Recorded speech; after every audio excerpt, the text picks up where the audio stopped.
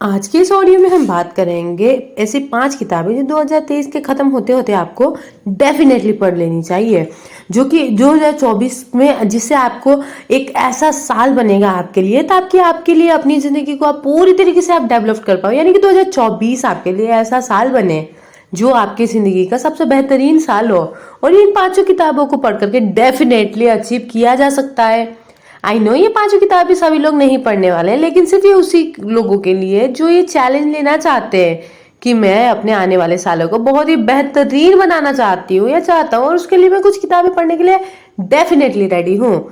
तो ये 5 किताबें आपके लिए गेम चेंजर, ब्रेन चेंजर 100% साबित हो सकती है। पहली किताब है मिलेनियर फास्ट गेम में एंजे डिमार्गो की। इसमें सबसे पहले ये बताया गया है कि आपको स्लो लेन को रिजेक्ट करना होगा। इसका मतलब क्या है? इसका मतलब ये है कि जो ट्रेडिशनल वे है पैसा कमाने का, लाइफ में सक्सेस को पाने का, उसको आपको रिजेक्ट करना पड़ेगा। जहाँ पे ये बताया जाता है कि पढ़ाई करो, पढ़ाई करने के बाद में जॉब ढूंढो, सेविंग करो, धीरे धीरे पैसों को बचाते रहो और अपना जो लाइफस्टाइल है उसको मेंटेन करके रहो।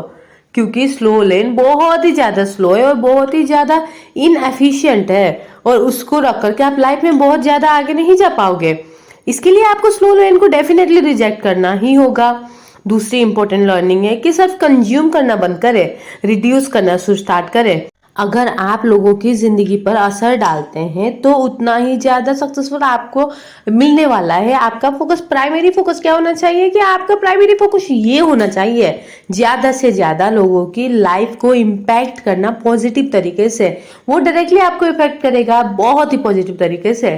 अब दूसरी किताब है जिसको हमको, जो है लिमिटलेस बाय जुपिटर।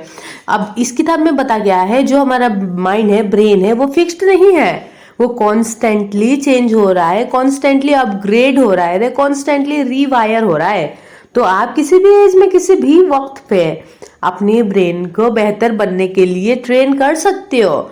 इसीलिए कंसिस्टेंसी उन एक्टिविटीज में पार्टिसिपेट करो जहां पे ब्रेन का डेवलपमेंट होता जाए, और ये अनलिमिटेड टाइम तक होता रहेगा। तो ये मत सोचना है कि मेरी एज हो चुकी, मैं अपने दिमाग को अब ऑर्डर नहीं कर सकता, क्योंकि ब्रेन की पावर को आप ट्रेन करके बहुत ज्यादा डेवलप कर सकते हो, और ये बहुत ही ज्यादा इंपॉर्टेंट है। दूसरी इंपॉर्टेंट लर्निंग ये है कि आपको जो माइंडसेट है ना, वो सब कुछ है।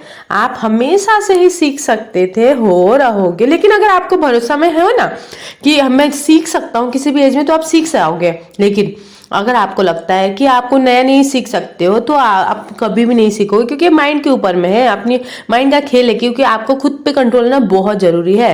ये मत फील करोगे कोई आएगा मुझे सिखाएगा। अगर आप कुछ भी सीखना चाहते हो ना, तो हमारे पास इतने सारे प्लेटफॉर्म है जिसका यूज करके, ट्रेनिंग अटेंड करके, वीडियो देख करके हम कुछ भी नया सीख सकते हैं।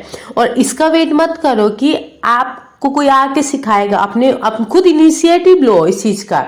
तीसरी लर्निंग है कि अपने आप को चैलेंज करो। अगर आप अपने आप को चैलेंज करते हो ना, और नई नई चीजों के अंदर सीखने की कोशिश करते हो, अपने कंफर्ट जोन से बाहर निकलते हो, तो ये आपके ब्रेन को और भी ज्यादा स्ट्रांग बनाता है। तो अगर आपने ब्रेन को लेकर के, अपने ब्रेन को लेकर के बहुत ज्यादा स्ट्रांग बनाना चाहते हो, तो आप कोई चैलेंजिंग काम को करो, कुछ नई नई चीजों को सीखो और अपनी बाउंड्रीज को, कंफर्ट जोन को क्रॉस करो, ताकि आपका ब्रेन कंसिस्टेंटली स्ट्रांग होता रहे, जिसको कंसिस्टेंटली ताकत मिलती रहे उसको।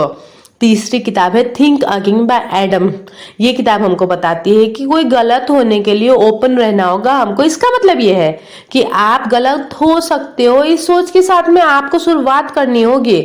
इसका मतलब है कि मैं दोबारा से, कहीं ना कहीं आपको ये भी समझना होगा कि जरूरी नहीं है कि मैं हर बार सही ही होता हूँ, मेरे बिलीफ हमेशा सही होते हो। कई बार ऐसा भी हो सकता है कि जो मैं सोच रहा हूँ वो गलत हो सकता है। इसके जरिए आप कुछ नई पॉसिबिलिटीज के लिए, नए मैसेजेस के लिए, नई अपॉर्चुनिटीज के लिए ओपन हो जाते हैं।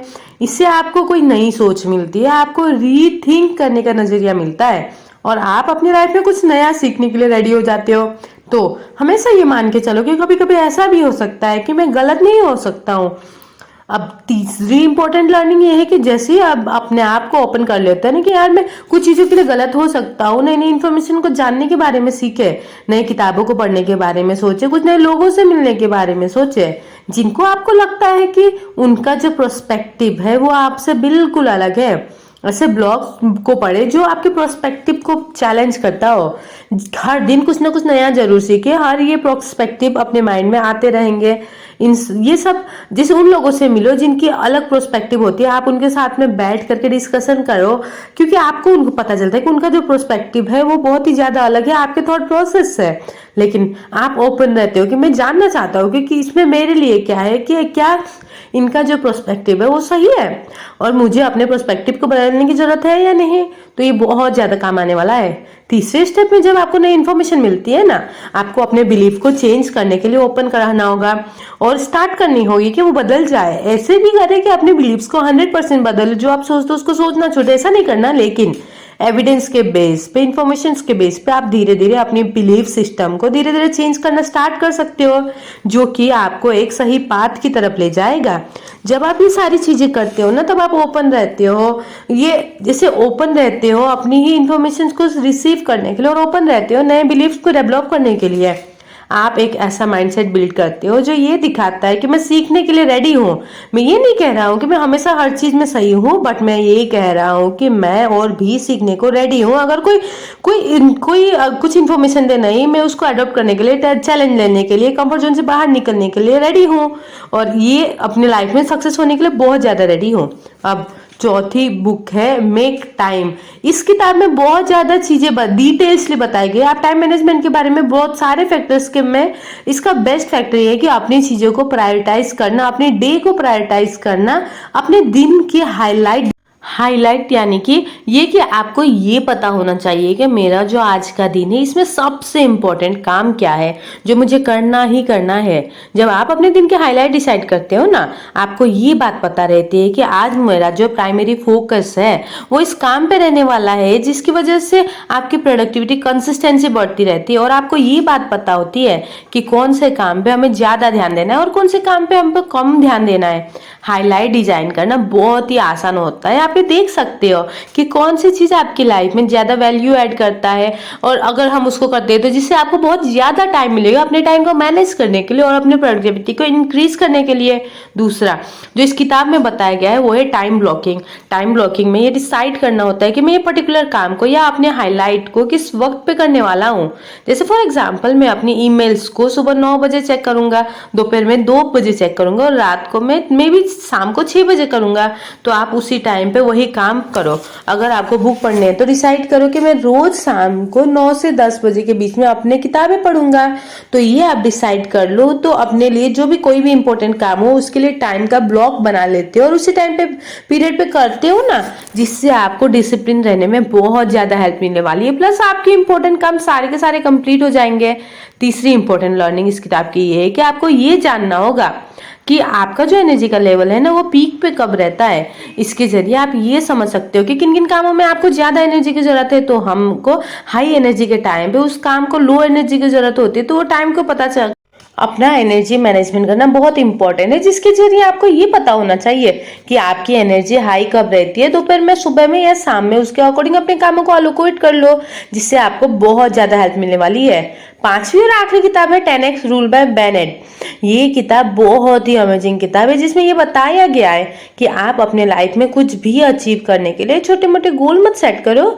आप जो अचीव कर सकते हो उसके 10x आपको गोल डिसाइड करने होंगे, जिससे आप बड़ा सोच पाओगे, बड़े गोल्स को ही अचीव कर पाओगे। और ये जो थॉट प्रोसेस है ना, इसमें हमारे माइंड को बहुत ज्यादा चेंज करता है, क्योंकि इसे रियलाइज होता है कि अगर हम कुछ चीज 10 बार कर सकते हैं, अगर टारगेट हम 100 बार करने का बना लेते हैं ना, तो अगर 100 बार नहीं भी किया हमने अचीव, तो उसको हम 20 बार या 25 बार या 30 बार भी हमने अचीव किया, तब भी हम हमारे एक्चुअल मोटिव के 2 से 3 गुना काम कर चुके हैं। ये बहुत ज्यादा इफेक्टिव टेक्निक है, जिससे हम अपने बड़े बड़े गोल्स को बहुत ही कम टाइम में अचीव कर सकते हैं। तीसरी इंपॉर्टेंट लर्निंग है कि बिलीव इन योर सेल्फ। अगर अपने आप में आपको भरोसा है ना कि मैं 10x रूल अचीव कर सकता हूँ, तो ही आप उसको अचीव कर पाएंगे।